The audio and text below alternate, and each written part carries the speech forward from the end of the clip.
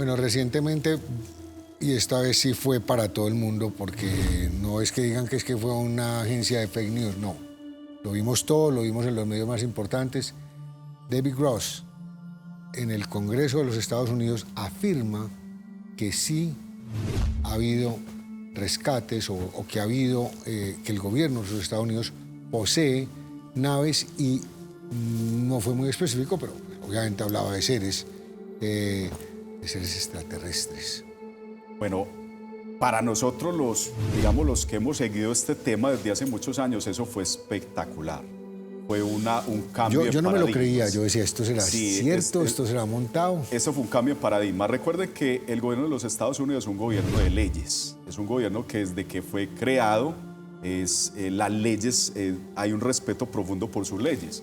Muchos abogados se atreven a decir... Las enmiendas que llaman Sí, ellos. las enmiendas, la ley, la jurisprudencia. Esa palabra jurisprudencia es muy importante porque ellos la aplican mucho allí en Estados Unidos. Y eso es lo que hace que sean tan buenos. Bueno, muchas personas atacaron a David Gross, que es un veterano de la guerra, es un exagente de inteligencia de la Fuerza Aeroespacial de los Estados Unidos, o sea, no es cualquier persona, y junto a él estaban Jonathan Gray, que es una persona, un piloto de la Marina, y había un jefe también de pilotos de la Marina, no recuerdo el nombre, en esa audiencia.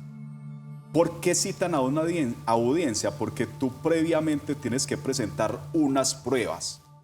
No es que a usted lo citen a una audiencia, venga, cuénteme a ver. No charlando, pues. No, venga, cuéntame. Él presentó inicialmente a un comité, antes de la audiencia, más de 300 pruebas, entre ellos testimonios, fotografías, videos y lugares donde estaban esas naves o artefactos. Luego allí lo citan a una audiencia. Como bien se sabe, una audiencia es para presentar testimonios y pruebas. Esa audiencia fue muy importante para la humanidad, porque él habla allí no solo de que potencias se ha compartido por privados que manejan esas instalaciones o por militares, se ha compartido patentes, se ha compartido información a otras potencias. Eso es lo delicado del asunto. Y ahí viene el tema en cuestión, y son los materiales. Los metamateriales. Los metamateriales, porque finalmente pues vimos eso, pero bueno, ¿y qué hay de fondo?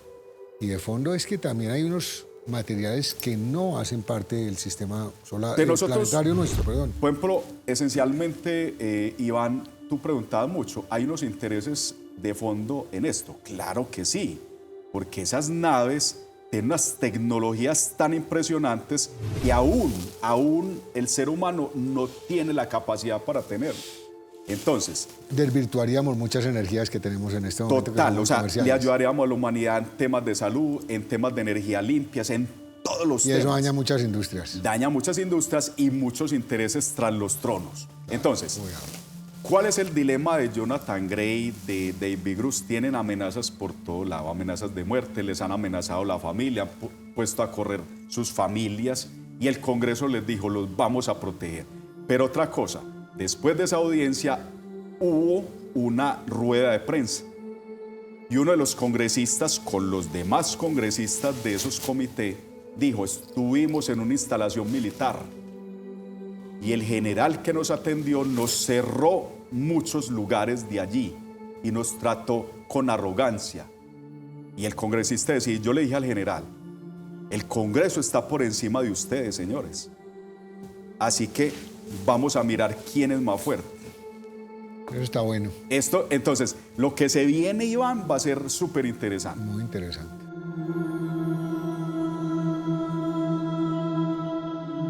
Si nos planteamos cómo hemos llegado hasta aquí, es casi para pellizcarse y tratar de despertar de un sueño. Yo tengo claro que todo esto se ha gestado no tanto como un interés por los ovnis, como por un interés en lo paranormal. Y lo afirmo porque quien está detrás de todo esto se puede reducir a una única persona, que se llama Robert Bigelow. Robert Bigelow ha sufrido en sus carnes la pérdida de seres queridos y recordarás que dotó de un presupuesto, creo que era $1 millón, a quien lograra presentar evidencias de la existencia del mundo espiritual. Él tenía la necesidad de conectar con el otro lado, con el mundo de los muertos. Pero a través del mundo de los muertos, y por experiencias que él también había tenido de niño, conectó con el mundo de los ovnis. Y esto sucedió en un enclave que tampoco es casual, ni tampoco quien le llevó hasta allí, porque quien le llevó a ese enclave, que ahora diré cuál es Karl Puthoff, un ex agente de la CIA vinculado a los servicios de inteligencia en lo que respecta a la experimentación paranormal. Él fue de los que en los años 70 llevó a Geller a la Universidad de Stanford a llevar a cabo allí, junto con Andrija Puharich, toda una serie de experimentos que validaran sus pretendidas capacidades psíquicas. Y le dice, mira, ven para acá porque hay un rancho en Utah, se llama Skinwalker Ranch, que yo creo que es una puerta dimensional. Allí puedes comunicar con los espíritus, ¡pum!, se le enciende la lucecita, puedes tener avistamientos ovni, es una puerta dimensional, hay apariciones de animales extraños, hay perturbaciones de todo tipo, y aquello pone en alerta a Bigelow, que cuando llega hasta allí, y él ya tenía una empresa espacial porque ya se interesaba por el mundo de lo extraterrestre, y había escuchado el relato de pilotos, de ingenieros, de técnicos, que incluso le llegaban a hablar de tecnología inversa. Cuando llega allí dice, wow, esto es fascinante, todos viven experiencias, ahí hay duendecitos. Y lo compra el rancho, porque tiene pasta, porque es un multimillonario. Y lo que ocurre es que se trae a sus amiguetes, se trae a agentes de la NSA, de la DIA, y este agente de la DIA trae a su vez a quien va a ser el responsable inicial de toda esta historia. Me refiero al senador de Nevada, Harry Reid, que ya no está con nosotros. Y Harry Reid se queda impresionado con lo que ocurre allí. Y entonces Bigelow le dice, esto necesita un estudio pagado por el gobierno, con los medios del gobierno. ¿Quién mejor que el gobierno para estudiar estas cosas? Y entonces se compromete, si tú financias mi campaña electoral, yo haré que tú recibas esa financiación. Bigelow le da $22 millones para financiar esa campaña electoral. ¿Y sabes cuáles fueron los fondos que recibió el programa de amenazas aeroespaciales? 22 millones. Pero en realidad ni siquiera fue la ATIP quien recibió ese dinero. Fue un proyecto más raro, más grande, más misterioso, llamado AUPSAP, que, como no podían decir que era para estudiar poltergeist y contactar con los muertos, pues empezaron a hablar de ovnis e involucraron a más gente. Y a medida que iban involucrando a más gente, iban haciendo más grande el grupo de insiders, vamos a llamarlos así, de personas metidas, infiltradas en la administración, que demandaban más respuestas. Y es muy curioso, porque yo he dicho que este proceso no es éxito de los ufólogos, es un éxito de la exopolítica, de quienes desde hace ya algún tiempo han dicho, ¿para qué vamos a seguir perdiendo tiempo y esfuerzos en convencer a la gente que los ovnis son extraterrestres? ¿Verdad que lo sabemos? Demos un paso más. Vayamos a buscar las pruebas. Y esas pruebas las buscan en lo administrativo, en lo gubernamental. Fue precisamente gracias a esa clave, a la de relacionar el fenómeno WAP con un problema de defensa nacional, el que consiguió romper todas las defensas en la administración. Y eso fue un ufólogo por recomendación de un periodista.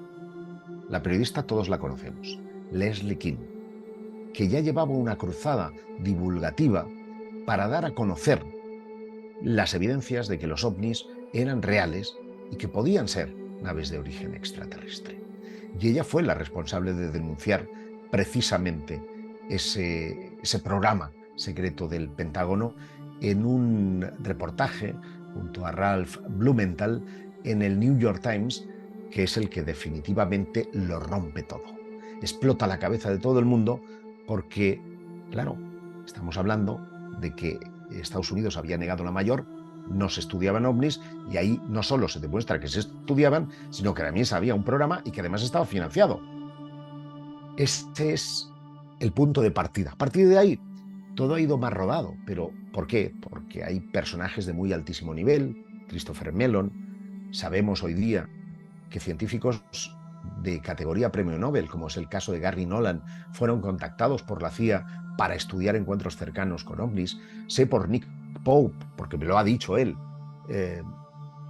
que ese programa secreto viajó hasta Gran Bretaña para tomar muestras de sangre de los testigos, de los soldados del caso Rendlesham, del bosque de Rendlesham, que, como sabes, dejó en el suelo una marca con un extraño alfabeto. Por lo tanto, se estaba dando credibilidad y curso a toda una serie de cosas que habían sido negadas hasta entonces. ¿Y dónde va a terminar esto? No lo sé, porque en tiempos recientes ha aparecido en escena un nuevo personaje, Dave Grush, que ha estado vinculado durante 14 años a la inteligencia estadounidense, que en los últimos 2 estuvo al cargo de las investigaciones de la Fuerza de Trabajo de UAP, de la Fuerza de la Marina, y él ha dicho en sesiones secretas de la Comisión de Secretos Oficiales del Congreso que había tecnología extraterrestre recuperada. Y eso es decir palabras mayores, porque si se demuestra que eso es así, se estaría demostrando un encubrimiento de décadas. Hay algo, yo tengo ahí sentimientos encontrados, ¿no? En el proyecto Manhattan, que es seguramente uno de los proyectos más secretos que ha llevado a cabo Estados Unidos, la creación de la bomba atómica, ahora que Oppenheimer está en los cines y todo el mundo lo tiene así como más en la mente, se produjeron 1.500 filtraciones, 1.500 filtraciones que fueron investigadas por Estados Unidos. De Roswell, por citar un ejemplo, hay 6. ¿Crees, por muy compartimentado que esté, que solo 6 filtraciones se iban a producir? Lo normal es que se produjeran unas cuantas más. No voy a decir de 1.500, pero 100. Veremos si todo esto queda en palabras o se nos muestra alguna evidencia sólida, sea un material, sea un desarrollo, sea un documento que por fin nos lleve a soñar con la gran revelación. David Grush no es el primero en hablar de estas cuestiones de recuperaciones de restos ni de metamateriales.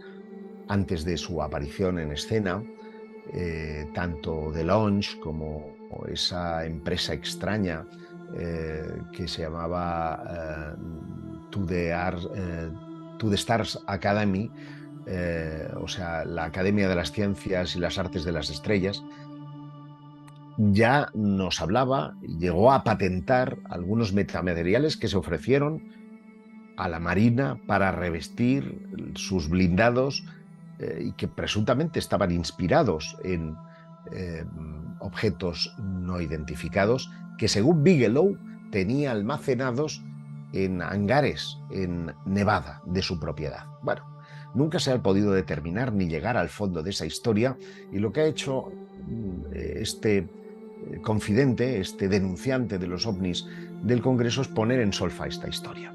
Pero es muy curioso porque mira que sería fácil cuando los periodistas le preguntan a una corporación, a los líderes de una corporación como Lockheed Martin, si pueden confirmar o desmentir que hay platillos volantes o tecnología empleada de ellos que ellos hayan utilizado, decir, no, esto es una tontería.